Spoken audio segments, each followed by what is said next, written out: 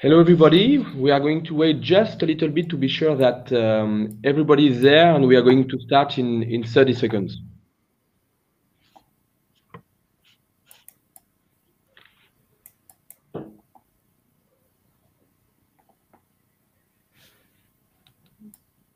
Okay, so let's start.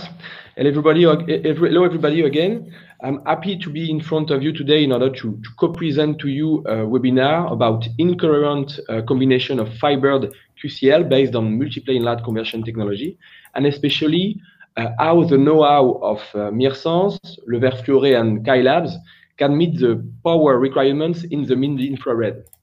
If you have any question during this presentation, a dedicated space is available at the bottom right side, and of course, we will answer to them at the end of the presentation. So let's start. So let's begin with a short introduction about who we are. I'm glad to present this webinar with Mathieu Carras, CEO at Kai Labs, and Laurine Baudin, Product Line Manager at Le Vert Fluoré. My name is Tanguy Guénic. I'm Product Line Manager too at Kai Labs. So today, of course, we are going to talk about QCL, fluoride glass fiber, and beam shaping. But firstly, we'll spend some time to explain why do we need power in the mid-infrared range and why the beam combination can be an interesting solution.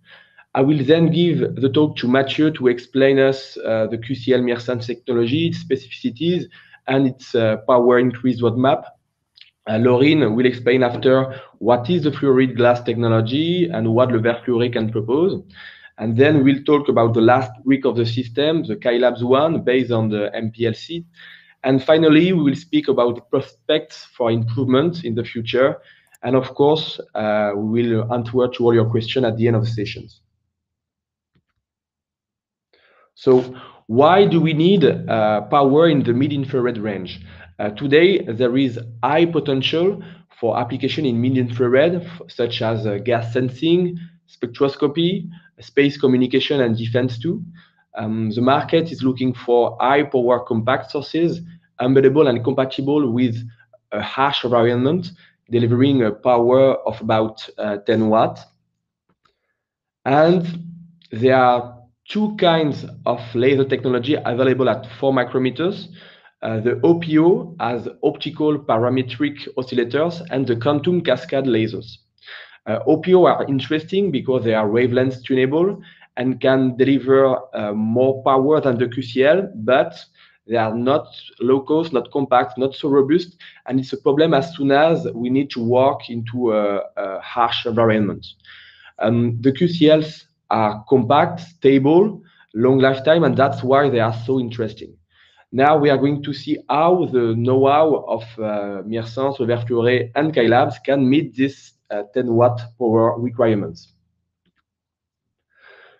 So I'm going to let to the heart of the matter with Mathieu's presentation. So please, Mathieu, continue the presentation.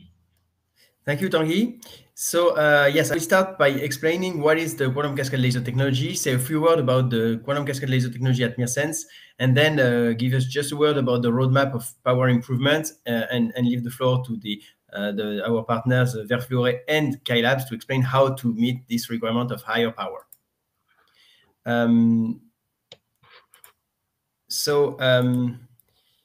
I change the slide. You have to click, yeah. Okay, so just a word about Mirsense. So we are 25 people right now. We created the company in 2015, and we basically are specialized in quantum cascade lasers and the use of these lasers for different applications using photoacoustics. And so we have clean rooms in Paris and Montpellier, and we have also some facilities in Grenoble dedicated to assembly and test of the products. So we have two main product lines. One is high-power quantum cascade lasers, and that's going to be the subject today of the webinar. And I just mentioned that we also do quantum cascade lasers for spectroscopy, where most of the greenhouse gases have a dangerous effect in the mid-infrared region. And we also do some gas sensors using these lasers. So what is a quantum cascade laser? So I just start with some physics. It's going to be the only slide with physics, I would say. is that basically when you want to emit light in the mid-infrared, you need usually a material that is able to have two energy states separated from the energy of the photon you want to emit. However, this is typical in the telecom, for instance, when you have typically material to create photons in the near infrared, 1.5 micron, for instance. But when it comes to mid-infrared, there is no natural material able to have such an energy difference between electrons. That's why we used quantum wells, and this is a quantum well in which you have different states of electron, and between these states, you can choose by just changing the layer sequence what is the distance between these two electronic states, and so you can change the wavelength of the laser. So just by changing the layer sequence in the laser, you will be able to make a laser at 3 micron, 4 micron, 6 micron. This is the beauty of the quantum cascade laser. So if I just say a word about the history of this technology, it was basically invented. I mean, the concept was proposed in 1973. The concept was putting different quantum wells in series, and then in each quantum well you emit a photon, then you go to the next one, you emit a photon again, and this is kind of cascade, which gives the name quantum cascade laser. In reality, to make the device, this was not possible, and even theoretically, this proposition was a failure at the end. So things become much more complex, and this is a SCM picture, so a scanning electron microscope picture of a real quantum cascade layer sequence from 1994, where the first laser was demonstrated in the group of Capasso in USA, in the Bell Labs. And here, what you see is that for one emission of photons, you need a lot of layers. And each of these layers is 5 to 50 angstrom of thickness. So that, in fact, to be able to realize such laser, we needed to have a mastering of the gross technology to be able to do layers of 5 angstrom. And this is only possible due to molecular beam epitaxy, which was invented in these years. And this is why it took 20 years to demonstrate the technology. But still, having the technology demonstrated in the lab is not enough to have a product. And this is only now, and especially in our company, that we are able to supply standard lasers. This is a view of our POEM laser, in which you have the laser inside and an electronics board to drive it. If I just say a word about the technology, when you have grown the laser, then you need to build the laser cavity. So you're going to use a clean room in which you will do etching of the cavity. So these are pictures of cavity of lasers etched. You see that the roughness is very good, which is very important to get as low losses in propagation of the photon in the cavity in order to get the higher performance in terms of lasing operation. So we are able to do that in the clean rooms we operate. So it's our own process to manufacture the laser. Here is a view of the laser. When it's manufactured, it's put on a carrier to extract the heat. And then you have some wires to bring the current inside the laser.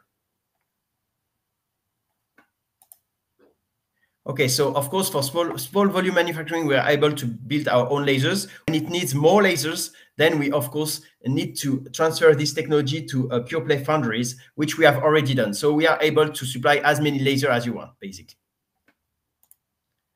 Okay, this is how you build a laser. So I said you do epitaxy, you do the clean room manufacturing, then you solder the laser, you put the wires, and then you put a lens. Basically, because the laser is naturally very divergent. The divergence is natural, is 40 by 50 degrees. So you really need a collimating lens to be able to have a collimated beam, which can be basically with such a lens of a few millirad, 2-3 millirad at 4 micron. And then you put in a package. And this is basically the building blocks that we are supplying, and that is going to be the building block of any more complex system in which you want to have multiple lasers combined, as is going to be the case with using the fibers of verre fluoré and the combination scheme of K-labs. Okay, so in terms of applications, these lasers, they mostly right now are used in the countermeasure application in defense, but it can also be used for laser pointing, for laser manufacturing, and for medical applications. Every application when you need typically high power with a high brightness and a cost-efficient technology. Also, the swap is very important here because this is embedded, and you need to have something that is light and doesn't consume too much power. In terms of requirements, for a single source right now, people started to use the lasers as soon as they could reach the 1 watt barrier. However, 10 watts would be ideal, and this is what was said by Tanguy a few minutes ago. Of course, it should be cost effective, should have high reproducibility in power divergence, so that when you manufacture different lasers, you need to find the same characteristics for a system integration. Also, you need to have a high beam quality. TM00 is the natural emission of these lasers, and M square should be small enough in order to have good propagation capability, and also to be able to handle the light in the near field as well. Power consumption should be good. 5 to 10% wall plug efficiency is a very good number in this wavelength range.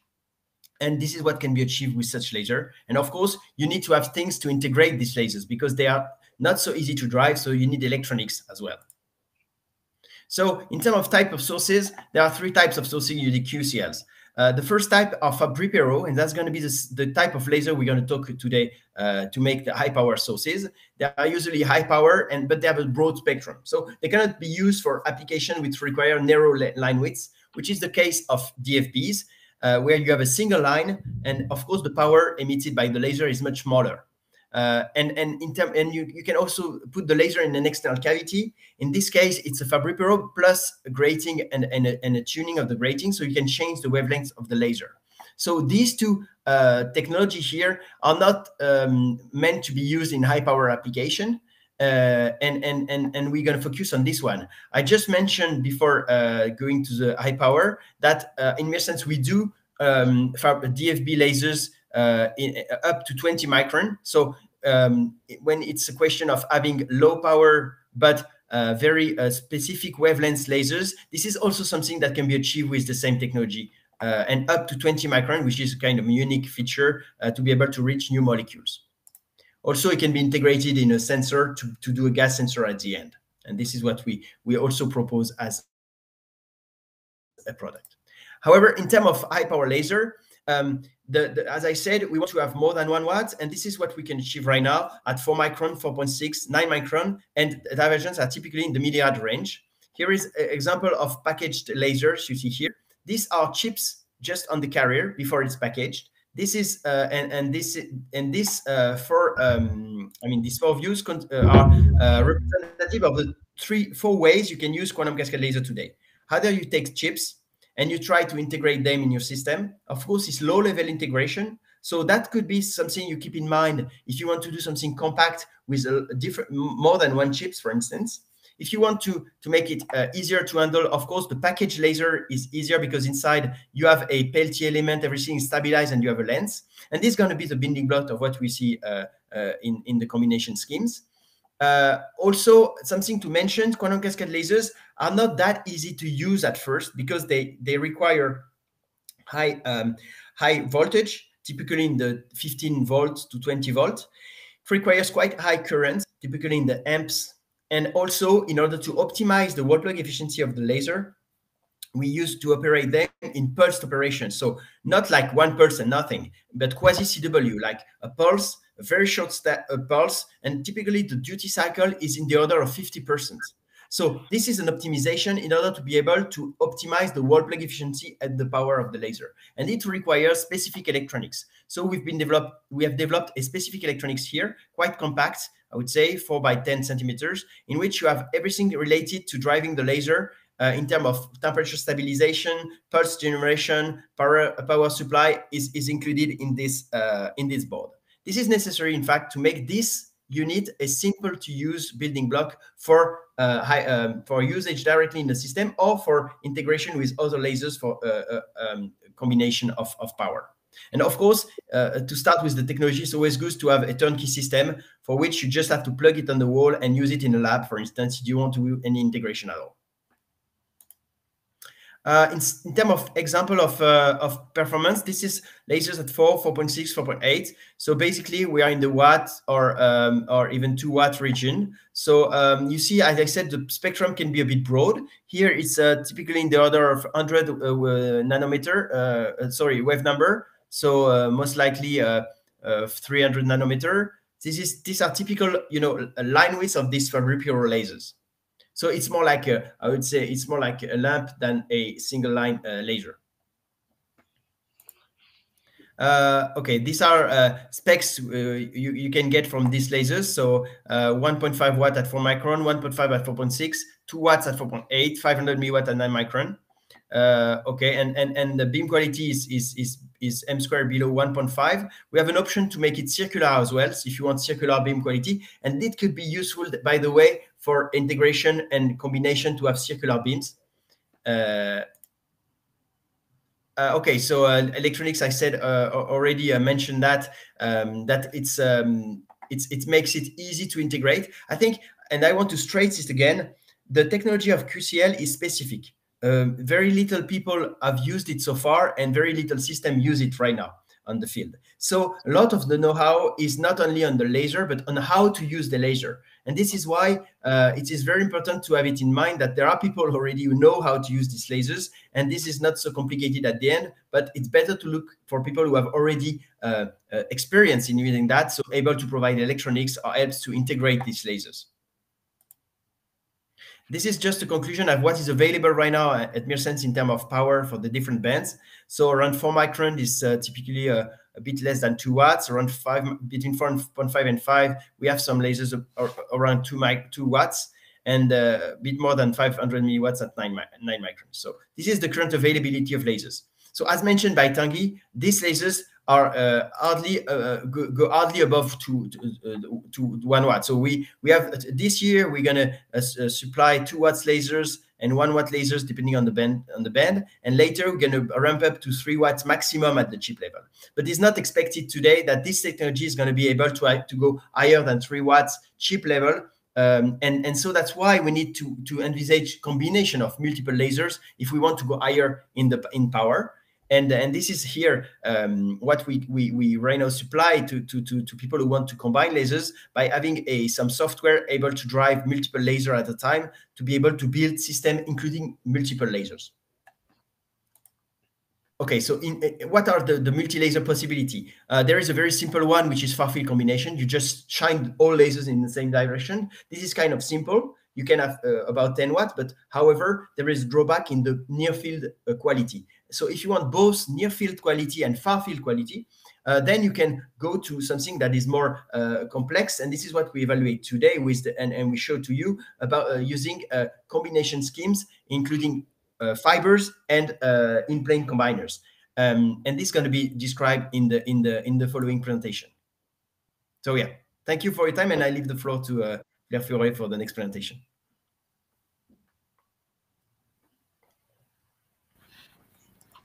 Thank you, Mathieu. So I'm Laurine Baudin. Like Tanguy introduced me, I am the product line manager at Le Verre Fleuret. So let me introduce Le Verre Fleuret company. So Le Verre Fleuret is the world leading manufacturer of fluoride glass components and fiber. Fluoride glass have two main properties. Fiber exhibit high transparency in the range 250 to 1000 nanometer.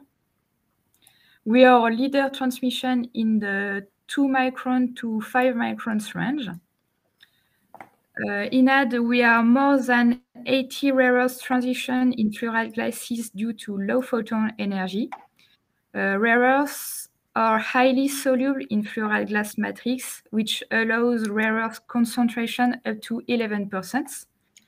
It allows laser generation and laser amplification from visible range up to mid-infrared range. In addition, in Le Verre Fleuret, we have 4 families of glasses, Z-blanc, fluoroindate, fluoroaluminate, and germanate glasses. We have 5 products line in Le Verre Fleuret.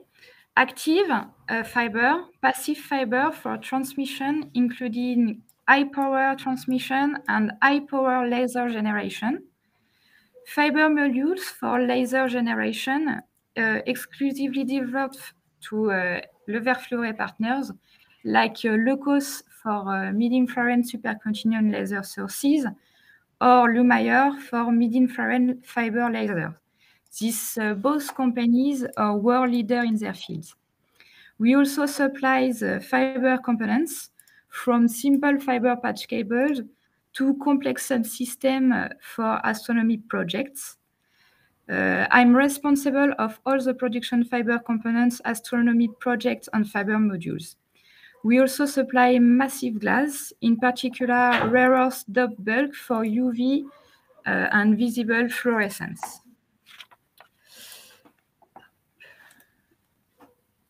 Now, I will present the fiber solution for incoherent combination of QCL based on MPLC technology. So, at Le Vert Fluoré, fluoro-handled single-mode fiber are very transparent for 2 microns up to 5 microns. You can see on the graph the attenuation per kilometer of a typical fluoro-handled single-mode fiber in black, and in red, the transmission of 2-meter-long fiber, not including Fresnel losses. In this family of fiber is appropriate for this project, and we have three standards fluoro-handled single-mode fiber that can use for QCL pigtailing. All standard single-mode fiber made with 125 micron core cladding diameter and numerical aperture at 0.3. Core size are 7.5 and 8.5 and 9.5 micron core diameter. So for this project, the appropriate fiber is 9.5 micron core diameter because the operating wavelength is 3.9 microns and the cutoff of this fiber is 3.7 micron. In addition, we also can make a custom fiber to optimize its efficiency. Then, after we choose the appropriate fiber, we specify the design on the fiber array. So the fiber array is made with 6 2-meter-long fibers. The side one is made with 6 FC-APC connectors, and the other side is made with 250 micron pitch V-groove polished at 8 degrees. All the channels are made with a PIC jacket. During this project, we face of compactness problematic. So we worked on the new design, which allowed to reduce by 22 the volume of the V-groove side. You can see on the left the first version designed for astronomy project in arch environments, and on the right, the current design customized for K-Lab's needs. Now we worked on new development to improve the coupling efficiency of the QCL beam. The first one is the optimization of the core position. For that, we improve the manufacturing procedure to optimize the core-to-core position between all the fiber in the V-groove. The second one is to increase the core size of the fiber, is to be tested. And the last one is to working on new solution of lensed fiber. So I am finished for the Le Vert Fluoré part. Thank you for listening. You can see my contact information. I let Tanguy continue. Okay, thank you very much, Laurine, for all these details. Thank you very much to Mathieu. So we have now good laser sources, and now we have good fiber at 4 micrometers. So let's finish the presentation, of course, with the K-Lab's technology and the Incoherent beam combiner based on MPLC technology. So just before that, let me introduce a little bit who we are. Skylabs, we are a deep tech company. Skylabs developed a few years ago a unique patented technology, which is the MPLC as MultiPlane Light conversion, and we more generally, we are experts in beam shaping. We are now more than 60. We are in capacity to develop, manufacture, and sell innovative optical components, and we are located at Rennes in France. So our expertise is beam shaping. What we call exactly with beam shaping, the idea is possible to play on several properties of the light, especially inside an optical fiber or wherever else, like the power, wavelength, the polarization, and the phase. And at Skylabs, we allow the addition of a new degree of freedom thanks to beam shaping, which is the shape of the light. So based on our MPLC technology, we developed several products for laser processing, laser communication, telecommunication, and defense. And we can summarize our know-how in 5 functional building blocks. We can specially mux and demux the light for encoding it or optimize injection into a fiber. We can combine currently or incoherently beams. This is the subject of the day. We can shape the light at short distance or long distance to generate a specific shape like a top hat, a triangle, some dots, or whatever you want. And we can analyze optically a beam at the reception side based on our model approach. So why do we combine laser beams? Beam combination is not only used at 4 micrometers. Of course, it allows to increase the output power for sources with limited power, or to use smaller standard sources on the shelves compared to more custom or space-consuming ones. These combiners are used for high polar laser communication, most of the time at 1 micrometers for material processing, fundamental science experiment, and all the application mentioned above, such as direct infrared countermeasure, but also direct energy weapon, and for laser communication at 50 nanometers. What are the challenge of beam combination? So to realize a beam combiner, you need some sources. You need to guide the light to the combiner, such as a fiber or free space optical elements. And finally, you need the combining system. The issues are therefore identical to those of single laser sources. It means that it's to have a good electro-optical efficiency to maximize the output power of the combiner. We need absolutely to maintain a good output beam quality to ensure good propagation of the output beam while concentrating the energy in a specific location. Otherwise, the power generated will not be able to be used. You need a stable and compact system, and you need to do a trade-off between the number of sources and their individual power. Without going too much deeper into detail, it's important to know that there are several beam combination techniques. Coherent combination combines the output of several lasers with constructive interferences. Conversely, incoherent combination of laser beams is an additive superposition without interferences of the beams, and that it does not modify the light intensity distribution in the beam. The advantage of incoherent combining is that it avoids the requirement for polarization, wavelength control, or input phasing, which represents the most complex part to achieve. And it is therefore possible to combine QCL emission by simply summing the intensity of the input beam. But the tricky thing is what Mathieu mentioned before. It was the quality at the quality of the output beam, which is a real challenge at the end. Today, our MPLC technique is compatible with both technique, coherent one and incoherent one. But today, of course, we'll be focused on incoherent beam combination. So our Skylabs combining solution is yes, based on the MPLC conversion, MPLC technology. MPLC is a reflective technology, a passive optical device whose principle is derived from quantum optics. The idea is with a succession of faceplates and free space propagation, we have the ability to transform any kind of Gaussian beam in whatever we want, as soon as it's a unitary basis into another unitary basis.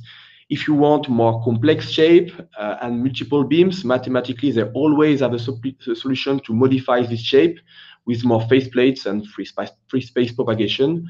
And if you do that in transmission, you will have a lot of insertion losses.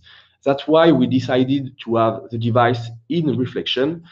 So we realize a unique texture surface. This is the one that you can see in yellow, a unique faceplate, and the free space propagation is done with the help of one mirror. So we can have much more input. We can combine them or divide them into only one or separate channel. So we have several optical fiber at the input. We modify each one with the faceplates and the free space propagation until the output of the component. So we can do a lot of things with these components, such as combining beams. And last thing, we can work at any kind of wavelengths. And we have experiments today from 500 nanometers to 10 micrometers. So to achieve incoherent combination, it's important to remind that physically it's not possible to transform incoherently a multi-mode beam based on several single mode input into a single mode output without losses. The MPLC is a component that it's theoretically lossless. And so our approach at Skylabs is to convert each input beam into a given mode, Hermite Gaussian one, for example, and the linear combination or the sum of these modes, these inputs, results in a powerful and homogeneous beams with an optimal output beam quality. So why this approach is interesting? It's because it allows a smaller degradation of the M square. Let me explain it with an example with 10 input sources. When we look at the unit M square of each conversion mode, we realize that it increases quite quickly. However, when we look at the total theoretical M square for 10 sources, for example, each one reach a M square of 3 for 10 inputs. The challenge will therefore to be carry out this transformation in the most efficient way possible, by getting as close as possible to the theoretical shape of the mode. So let's now compare our combiner with a perfect Gaussian beam. This is the thing that you can see on the left side on the graph. We realize that two curves fit very well together. The blue one is a perfect Gaussian mode, and the green one is the sum of 10 Gaussian modes combined. And if we look for what the other system available on the market can do, it allows that this approach allows us to be the state of the art in terms of beam quality. Now, Laurine previously mentioned a project. That's why I would like to present you some results we obtained with a French one that we provided this year. The DGA as Direction Générale des Armées. It's very French. Asked us to evaluate our system for countermeasure applications. This project allowed us to bring our 3 companies together. Indeed, if the technology evaluated was MPLC, it allowed us to work with Mersens, who provided the laser sources, and to work with fluoride glass, who provided the fiber and the fiber array at the input of our components, thanks to Le Vert Fluoré. So the request was to combine 6 sources at 4 micrometers, couple them into optical fibers to the input of the combiner, and the output of the combiner was free space output. But just quickly, what is infrared countermeasure? We talked it about the beginning of the presentation. Mathieu explained us a little bit what it is before too. It's a defense system against missile threat. Indeed, today we use pyrotechnic infrared decoy to not to destroy, but the missile follows the decoy and not the aircraft. However, today the missile becomes cleverer, and they can discriminate an aircraft to a decoy based on image processing technique. So what are the new solutions available? It is the active countermeasure by mid-infrared laser emission of the photoreceptive part of the missile. On the right picture, you can see how it works easily, but the system puts some power light on the missile, which cannot recognize the target. And of course, more power we have, more interesting it is. And the request is still to have 10 watts in a compact way. And the QCL fiber combination has to fulfill these conditions. So at the beginning of the project, we realized an important simulation work. If we get back to the table with the output beam quality for a given number of input, we'll see that the theory give m square around 2.3 for 6 input. We choose a transformation based on Hermite-Gaussian mode, as you can see on the right side, and the sum of each input gives the final intensity profile that you can see on the bottom right side. At the beginning of the project, the target was to have, we are expecting an efficiency around 75% between the output of the module and the output of the fiber array. Let me present now our experimental results, which are the more interesting part. As you can see, we recognize each Hermite-Gaussian mode on the left side and the combined output beam of the 6 beam where they'll be all on. About the efficiency, what we did, we measure each input of the combiner and we obtain 72% of efficiency, so really close to the 75% between the fiber array and the output of our system. The component has been stable all along the 3 hours of operation at full power without degrading the beam shape. And we measure m square around 3 and 3.5 by the max by E square method. And you can see on the right side of the picture, a picture of the component. It's a small black box. And today, most of the volume is dedicated to the injection of the QCL into the fiber. But we have today solution in mind to reduce consequently this space. Today, there are several possible prospects for improvement for this kind of components. The first one will be, of course, to improve, again, the combination efficiency thanks to new coatings. There is a challenge also, maybe the main one at the injection stage, to couple more power into the fiber.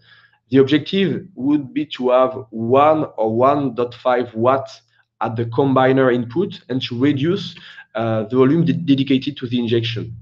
Of course, we need to continue to collaborate with the French mid-infrared community to improve the performances of key components, such as, of course, fibers and fiber array and QCL. And about the dimension, we know how to reduce it. We already work on small MPLC architecture. On the right side, you can see the products that we propose for embedded fiber communication components. And the entire volume of the combiner could be close than this one. If you are interested to know more about our existing solution for beam combination at any wavelength, feel free to contact us. We'll share, of course, our portfolio with pleasure after. So to conclude, I would like to highlight the fact that we are 3 companies experts in their own field, the development of laser sources, of fiber components, and the shaping of the light. And we have common subjects, and the potential of improvement of each technological brick allow us to consider really interesting future developments for various application, and especially for beam combining system. So thank you very much. I don't know if you have any question. Thank you all of you, and to Lauren and Mathieu for the presentation. Yeah.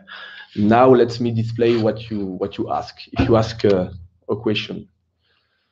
So unfortunately, I don't see any question. Maybe it was too clear. We can just wait a little bit. Otherwise, yes, feel free to contact us. If you send me an email, of course, I can give you. But Mathieu and Lauren already gave their own contact. But yeah, feel free to ask if you have some question.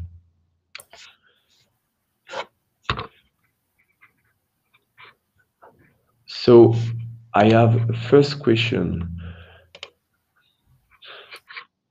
So I'm going to display it.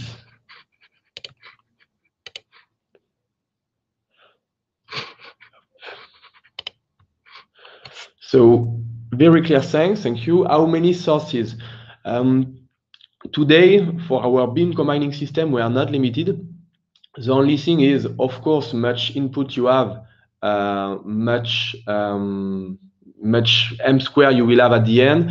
For the Niagara demonstration for this specific use case, it was 6 QCL input. I have another one. Did you take into account meta lens clearly should be developed at this wavelengths? You mean maybe at the injection stage? But yeah, I will not be able to answer to this question because I think we did not take into account this kind of thing. Maybe I can say a word about that, Tanguy.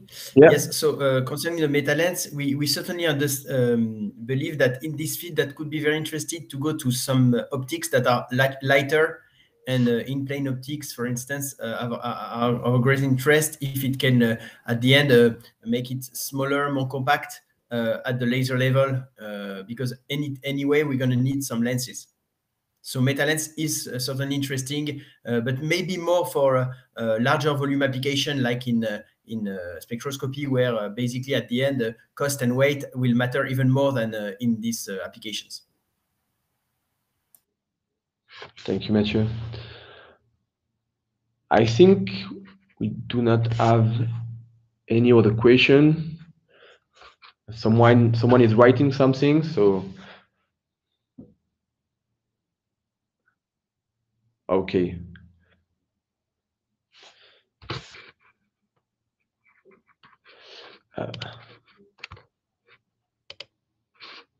How stable can the beam injection be maintained in the future? So yes, today, yes, most of the losses are at this stage of the system. Today, we thanks to our beam shaping expertise, and we plan to work with Mathieu to work on the shape of the QCL output itself, and to make more easier the way to couple the light into the fiber, thanks to our yes, Skylab's knowledge. So today it's a real subject. We plan to work on it on the next months, but we are really confident to obtain really good results in the next months. I don't know if Mathieu or Lauren would like to comment this. I just want to add that here, maybe the question was also in terms of stability. I think that anyway, we're going to have to move to technology where the injection system is kind of soldered or glued. So right now we are in mechanical with mechanical features, but we're going to move to something that is much more stable in like it was done in the telecom, basically, when you need long lifetime and harsher environments. Yeah, and to work on the integration too for these kind of things. Okay. I do not see other question. but feel free to ask if you have new ones. But thank you, everyone. I think it's maybe time to close this event. I would like to thank you, all of you, and especially Mathieu and Laurine. And yeah, have a nice day. And Thank you, Tanguy. you again. Bye. Nice day.